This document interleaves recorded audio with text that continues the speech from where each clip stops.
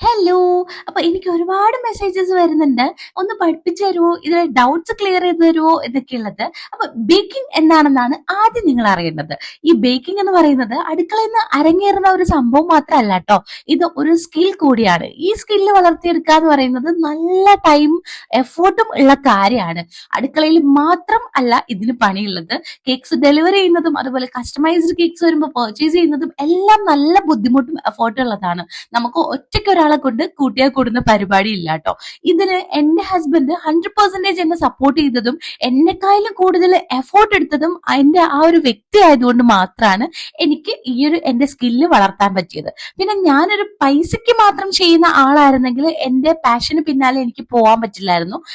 എനിക്ക് എന്റെ പാഷന് പിന്നാലെ പോകുന്ന ഒരു വ്യക്തിയാണ് ഞാൻ. അതുകൊണ്ട് തന്നെ നിങ്ങൾ പൈസ ഉണ്ടാക്കാനാണ് നിങ്ങൾ ഈ ബേക്കിംഗ് സ്റ്റാർട്ട് ചെയ്യുക എന്നുണ്ടെങ്കിൽ അത് പാതി വഴിക്ക് ഇല്ലാണ്ടാവുക തന്നെ ചെയ്യും കേട്ടോ. അതേസമയം നിങ്ങൾ നിങ്ങളുടെ പാഷനെ വളർത്തുക എന്നുള്ള ഒരു ഒറ്റ ചിന്തയോട് കൂടിയാണ് നിങ്ങൾ ഈ ഒരു ബിസിനസ് സ്റ്റാർട്ട് ചെയ്യുന്ന എന്നുണ്ടെങ്കിൽ നിങ്ങൾ നന്നായിട്ട് പഠിച്ചെടുക്കണം. അതുപോലെ എഫോർട്ട് ഇടണം. നമ്മുടെ കൂടെ സപ്പോർട്ടേഴ്സ് ഉണ്ടെങ്കിൽ മാത്രം ഇങ്ങനെ ഒരു പരിപാടി സ്റ്റാർട്ട് ചെയ്യാൻ നമ്മളെ കൊണ്ട് കഴിയുള്ളൂ. അപ്പം എല്ലാരും പറയുന്ന പോലെ അത്ര എളുപ്പമുള്ള കാര്യമല്ല കേട്ടോ. ബൈ.